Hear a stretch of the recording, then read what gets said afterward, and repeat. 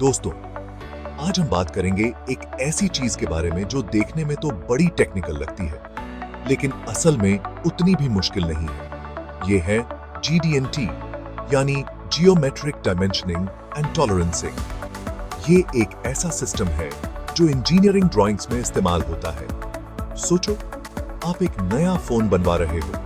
आप चाहते हो कि उसका हर बटन, हर छेद एकदम सही जगह पर हो, वरना फोन तो खराब हो जाएगा। GD&T भी कुछ ऐसा ही है। ये एक तरीका है जो बताता है कि किसी भी पार्ट को बनाने में कितनी गलती चल सकती है। ये गलती बहुत ही छोटी होती है, मिलीमीटर या इंच के हजारवें हिस्से जितनी। ये सिस्टम इंजीनियरों को यह सुनिश्चित करने में मदद करता है कि हर पार्ट सही तरीके से फिट हो। GD&T की मदद से पूरी दुनिया में इंजीनियर एक ही भाषा में बात कर सकते हैं और एक जैसी क्वालिटी के प्रोडक्ट बना सकते हैं। यह सिस्टम ग्लोबल स्टैंडर्ड्स को फॉलो करता है। लेकिन दोस्तों, दुनिया में एक जैसी दिखने वाली बहुत सी चीजें अलग अलग होती हैं, जैसे नकली और असली जूते। GD&T के मामले में भी ऐसा ही है। इसके दो मुख्य स्टैंडर्ड्स हैं, ASME और ISO। ASME का इस्तेमाल ज्यादातर अमेरिका में होता है, जबकि ISO का इस्तेमाल इंटरनेशनल लेवल पर होता है। इन दोनों स्टैंडर्ड्स के बीच कुछ छोटे मोटे अंतर होते हैं, लेकिन दोनों का उद्देश्य एक ही है, प्रोडक्ट की क्वालिटी और कंसिस्टेंसी को बनाए रखना। तो दोस्तों, ये था GD&T का एक छोटा सा परिचय। उम्मीद है कि अब आपको ये थोड़ा कम टेक्निकल और ज्यादा समझ में आने वाला लग रहा होगा।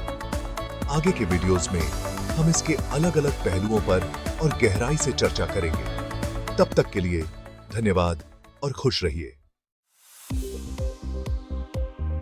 ASME यानी American society of mechanical engineers और ISO यानी इंटरनेशनल ऑर्गेनाइजेशन फॉर स्टैंडर्डाइजेशन, दोनों ही स्टैंडर्ड GD&T के लिए रूल्स और रेगुलेशंस बनाते हैं, लेकिन दोनों में थोड़ा अंतर होता है। ASME ज्यादातर अमेरिका में इस्तेमाल होता है, जबकि ISO बाकी दुनिया में ज्यादा मशहूर है। दोनों ही स्टैंडर्ड्स का मकसद एक ही है, ये बताना कि किसी पार्ट को बनाने में कितनी टॉलरेंस अलाउ है, लेकिन दोनों स्टैंडर्ड्स के रूल्स में थोड़ा अंतर होता है। ASME और ISO दोनों ही स्टैंडर्ड्स सिंबल्स का इस्तेमाल करते हैं GD&T को दर्शाने के लिए। ज्यादातर सिंबल्स दोनों में सेम होते हैं, लेकिन कुछ सिंबल्स में थोड़ा अंतर होता है। उदाहरण के लिए, फ्लैटनेस को दर्शाने के लिए ASME एक सिंबल यूज करता है, जबकि ISO दूसरा सिंबल यूज करता है।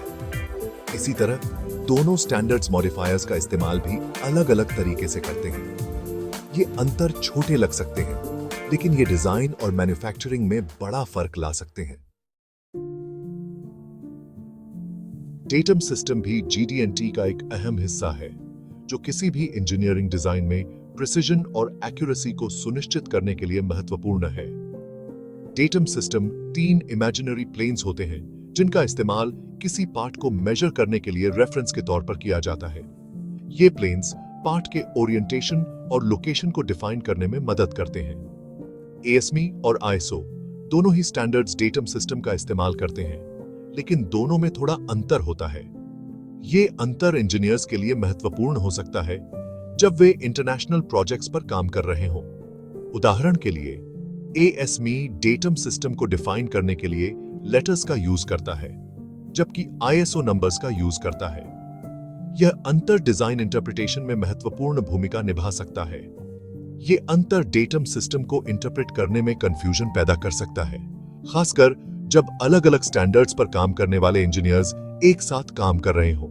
इसलिए इंजीनियर्स को इन डिफरेंसेस को समझना और इफेक्टिवली कम्युनिकेट करना जरूरी है। तो दोस्तों, सवाल यह है कि कौन सा स्टैंडर्ड यूज करना चाहिए, ASME या ISO? ये एक बहुत ही कॉमन सवाल है जो इंजीनियर्स के मन में आता है। इसका जवाब इस बात पर निर्भर करता है कि आप कहां काम कर रहे हैं और आपका क्लाइंट कौन है। हर रीजन और इंडस्ट्री के अपने अपने स्टैंडर्ड्स होते हैं। अगर आप अमेरिका में काम कर रहे हैं तो ज्यादातर मामलों में आपको ASME स्टैंडर्ड यूज करना होगा। ASME स्टैंडर्ड्स को अमेरिकन इंडस्ट्रीज में वाइडली एक्सेप्ट किया गया है, लेकिन अगर आप किसी दूसरी कंट्री में काम कर रहे हैं या फिर आपके क्लाइंट ने ISO स्टैंडर्ड स्पेसिफाई किया है, तो आपको ISO स्टैंडर्ड फॉलो करना होगा। ISO स्टैंडर्ड्स इंटरनेशनल लेवल पर वाइडली रिकॉग्नाइज्ड हैं। दोनों ही स्टैंडर्ड्स को समझना जरूरी है, खासकर अगर आप ग्लोबल मार्केट में काम कर रहे हैं। इससे आप आसानी से डिफरेंट क्लाइंट्स और प्रोजेक्ट्स के साथ काम कर सकते हैं। GD&T एक पावरफुल टूल है जो प्रोडक्ट्स की क्वालिटी और रिलायबिलिटी इंप्रूव करने में मदद करता है। यह मैन्युफैक्चरिंग प्रोसेस को भी सिंप्लीफाई करता है। तो दोस्तों, GD&T को समझो, ASME और ISO के अंतर को पहचानो और बेहतरीन प्रोडक्ट्स बनाओ। इससे आप अपने करियर में भी आगे बढ़ सकते हैं।